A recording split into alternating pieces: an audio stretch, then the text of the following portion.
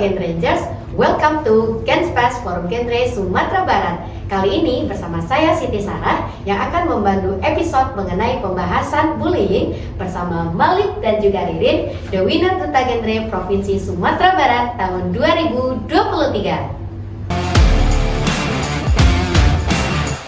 Oke, teman-teman semua, kalau istilah bullying itu mungkin di masyarakat umum kita udah pada tahu ya bullying. Siapa sih nggak tahu bullying? Tapi kalau misalnya kita melihat nih kasus ataupun fenomena yang terjadi hari ini, banyak orang yang gagal paham sebetulnya mana yang termasuk bullying dan mana yang hanya sekedar candaan.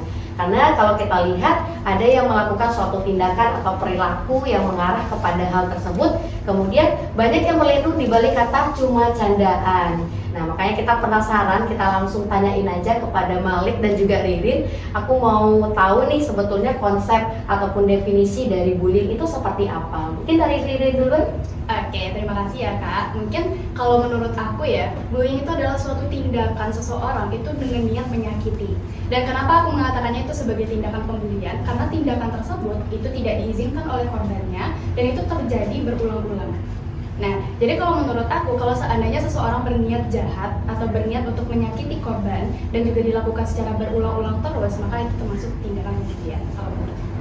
Oke, kata kuncinya adalah ketika itu tidak disukai ya, berarti tidak oleh si korban yang dikatakan tadi. Jadi, kalaupun misalnya yang melakukan bilang cuma candaan, itu udah termasuk bullying ya Kak Ririn? Nah, kalau menurut aku ya Kak, kalau seandainya seseorang itu melakukan suatu tindakan yang menyakiti orang lain, itu biasanya pelaku akan bersembunyi dari kata bercanda.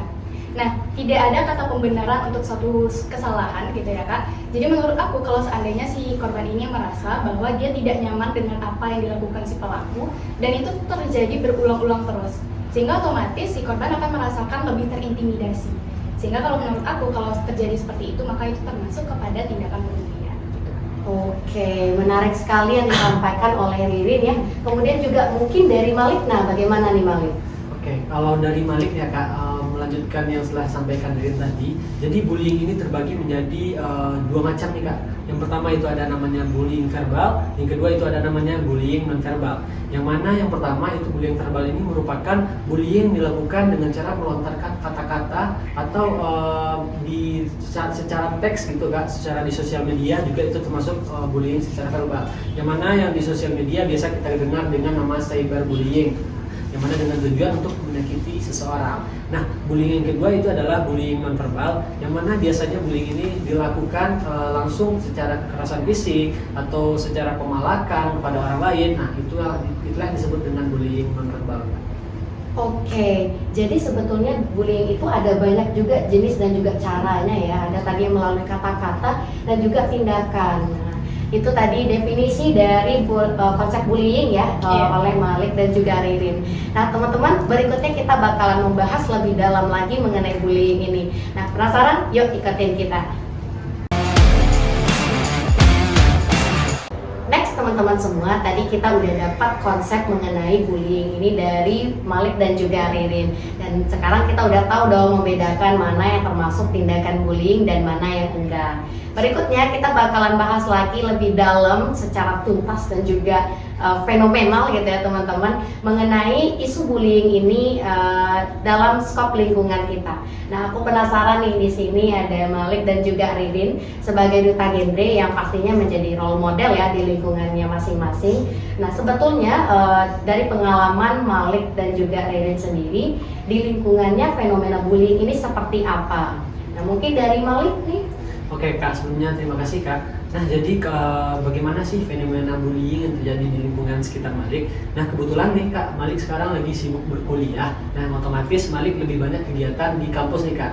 Nah jadi fenomena bullying yang sering terjadi di kampus seperti yang Malik lihat itu banyak seperti banyak mahasiswa itu yang dikucilkan Kak. Dikucilkan karena mereka biasanya caper kepada dosen, atau dia yang belajarnya sendiri aja, atau ketika dia ditanyain tugas dia tidak menunjukin. Nah itu kebanyakan mahasiswa seperti itu diasingkan oleh teman-teman yang lain Kak. Bahkan dia dikucilkan oleh teman-teman yang lain Kak. Sehingga orang yang dikucilkan ini mereka merasa sendiri dan mereka merasa kesepian Kak. Sehingga itu disebut juga sebagai namanya bullying. Nah, itu kan tadi di lingkungan kampus ya Malik, bahwa kita tahu sebetulnya kalau misalnya kita berbicara kampus, di situ tuh notabene adalah orang-orang yang sudah paham seharusnya mengenai konsep bullying itu sendiri, tapi tetap ada nih case-case ataupun kejadian yang itu udah termasuk ranahnya bullying gitu terhadap beberapa perilaku dari teman-temannya tadi ya Bang Betul Malik. sekali. Nah, itu gimana tuh Bang Malik, contoh-contoh lainnya mungkin? Oke, kalau contoh lainnya mungkin seperti ketika ada mahasiswa yang berasal dari kampung atau berasal dari pelosok, mereka berkuliah ke kota, di sana mereka itu merasa tidak punya teman Kak, ketika mereka sudah memasuki dunia perkuliahan, ketika mereka sudah masuk ke dalam kota seperti itu Kak. Mereka merasa sendiri, mereka merasa tidak ada teman, apalagi ketika orang tersebut tidak bagaimana tidak paham Pandai bersosial tidak ya. pandai bersosial, dan juga kan terkadang ada mahasiswa yang tidak paham dengan bahasa lingkungan yang ada di kota tersebut seperti itu Kak, sehingga itu yang membuat dia minder untuk berkomunikasi atau bersosialisasi dengan yang lainnya Kak, sehingga mahasiswa ini dia cenderung merasa sendiri, dia cenderung merasa kesepian, dan bahkan kebanyakan mahasiswa sekarang itu mengucilkan orang-orang seperti itu Kak, bukannya malahan merangkul, tetapi dia malah mengucilkan dan membiarkan dia sendiri Kak, sehingga seorang yang berasal dari kampung ini tentu merasa sedih, yang mana tentu ini sudah bisa kita sebut sebagai namanya Bullying. Betul Oke. sekali. Nah, teman-teman, itu sebetulnya tanpa kita sadari ya, kita ketahui banyak kalau di lingkungan kampus itu tak bercampur banget ya teman-teman. Ada yang mungkin berasal dari kampung gitu ya, dan juga asli dari kota, yang mana itu pola perilakunya berbeda dan menjadikan itu suatu alasan atau faktor ya yang melatar belakangi adanya terjadi ketimpangan dan kemudian menjurus ke arah bullying gitu ya. Betul sekali. Oke. Nah, itu tadi dari Bang Malik ya, suatu contoh bullying yang terjadi di lingkungan kampus ya. Karena sekarang lagi mahasiswa nih. Nah, berikutnya kalau Kak Ririn gimana Kak Ririn? Oke, makasih ya Kak. Kalau dari aku, selain dari pandangan sebagai seorang mahasiswa ya Bang, kalau dari aku sebagai seorang pelajar, biasanya di sekolah itu tindakan pembulian yang menurut aku itu termasuk kepada perundungan atau pembulian itu adalah adanya tindakan ngelabrak. Nah, kenapa aku, iya benar, kenapa aku mengatakan bahwa ngelabrak itu merupakan suatu tindakan pembulian? Karena biasanya suatu tindakan pembulian itu terjadi karena adanya perbedaan kasta mungkin yang bisa kita ibaratkan sebagai senior dan juga junior, adanya perbedaan jumlah. Biasanya kalau pembulian itu 4 melawan 1 orang, otomatis itu nggak seimbang gitu kan. Nah, orang yang ngelabrak, pelaku yang ngelabrak tentunya ingin si korban ini merasa terintimidasi karena memiliki tujuan untuk menyakiti mungkin.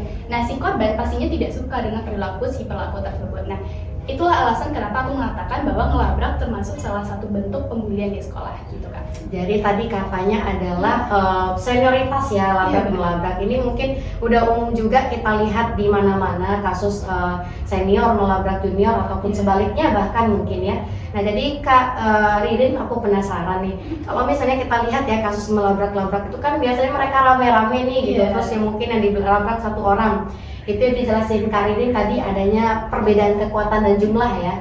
Nah, itu sebenarnya Kak Ririn, aku penasaran kalau ngelihat kan biasanya kalau ngelabrak ada yang kayak ketuanya gitu ya, emang jor-joran mengintimidasi si korban ini, terus yang lain kayak ada yang ngikut-ngikutin. Itu sebenarnya ada peran-peran tertentu nggak ya di dalam bullying ini gitu? Oke, kalau mengenai peran-peran tertentu dalam tindakan pembulian itu, kita merujuk pada kasusnya mungkin.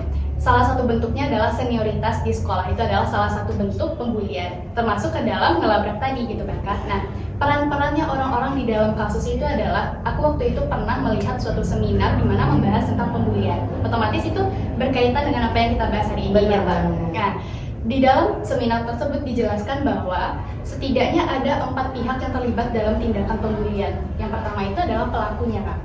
Nah, pelakunya itu ada lagi asistennya. Asisten, Iya, ini biasa benar. kita lihat nih teman-teman. Iya kan, Kak? Ada ketuanya yang memang bermasalah langsung dengan korban, ada asisten yang mungkin si ketuanya nggak mau langsung turun tangan gitu. Nah, asistennya lah yang membantu untuk ngelabrak atau melakukan tindakan senioritas itu. Nah, selain pelaku itu juga ada korban. Nah, setelah ada korban, ada yang namanya outsider. Outsider itu adalah orang yang tahu bahwa ada tindakan pembulian, tapi mereka memilih untuk tidak peduli. Nah, ini merupakan salah satu alasan ya kenapa tindakan pembulian ini selalu ada. Karena orang yang menjadi saksi itu memilih untuk mengungkap. Diam ya. Iya benar. Memilih untuk diam, memilih untuk tidak peduli.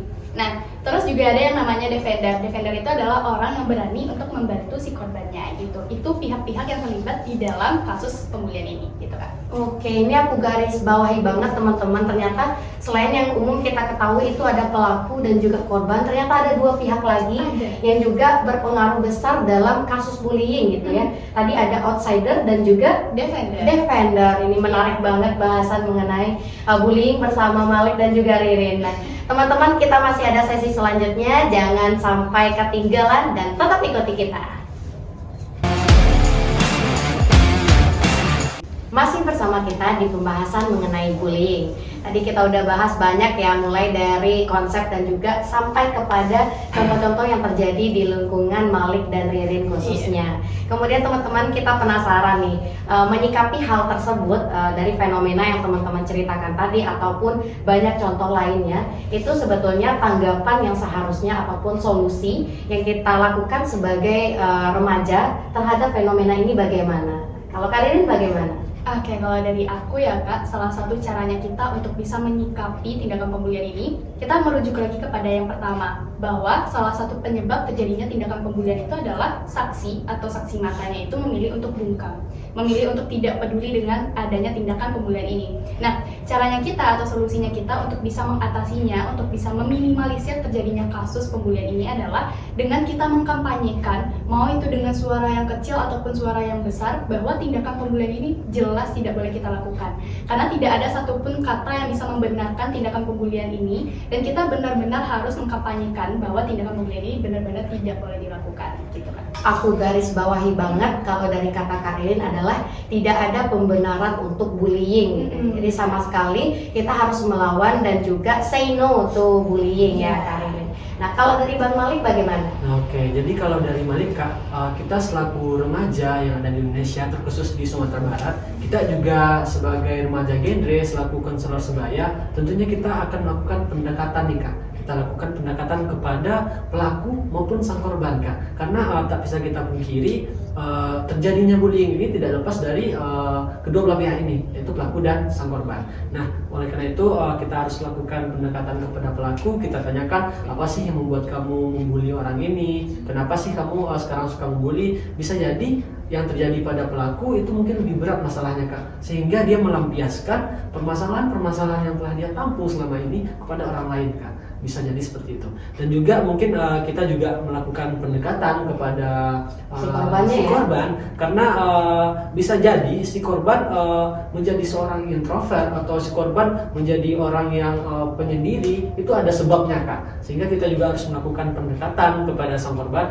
Apa sih yang terjadi sebenarnya sama kamu? Kenapa kamu kok jadi seperti ini? Kenapa kamu sering dibully? Tentu itu juga harus kita tanyakan kepada orang lain Kak, karena kita sebagai remaja genre, kita harus siap mendengar cerita atau keluh kesah orang lain, dan kita juga harus siap memberikan solusi seperti itu Kak.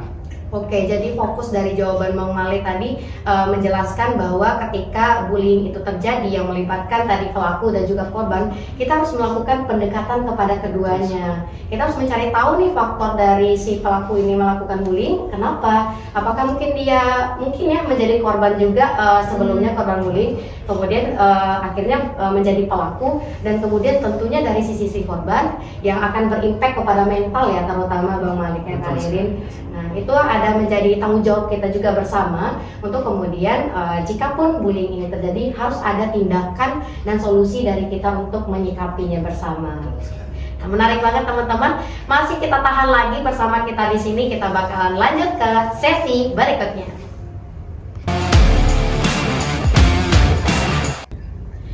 Teman-teman, setelah kita bahas banyak mengenai bullying, tadi udah kita obrak-abrik juga Bang Malik dan juga Kak Ririnnya. Sekarang kita mau minta last statement nih teman-teman mengenai bullying. Mungkin semacam himbauan ataupun pesan-pesan kepada remaja-remaja yang ada di luar sana.